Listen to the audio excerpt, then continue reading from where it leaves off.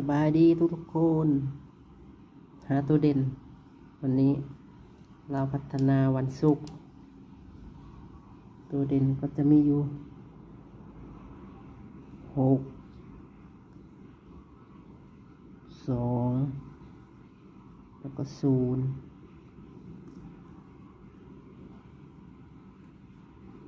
ก็จะมี04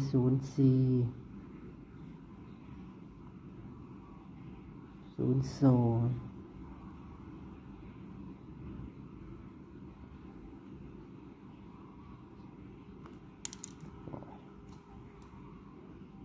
อันนี้08นะทุกคน08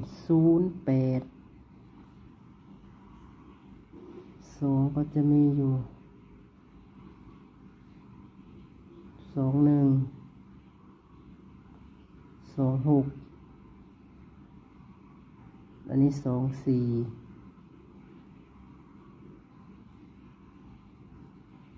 แล้วก็จะมี69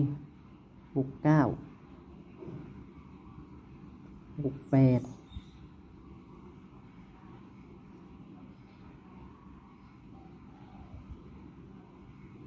61ในดับ60ก็ดับ24เอา6ก็ดับ14ตัวเดียวนี่14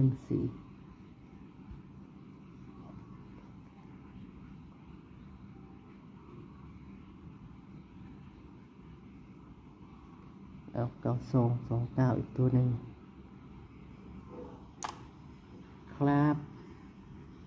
อันนี้เป็นสูตรที่1นะทุกคนครับ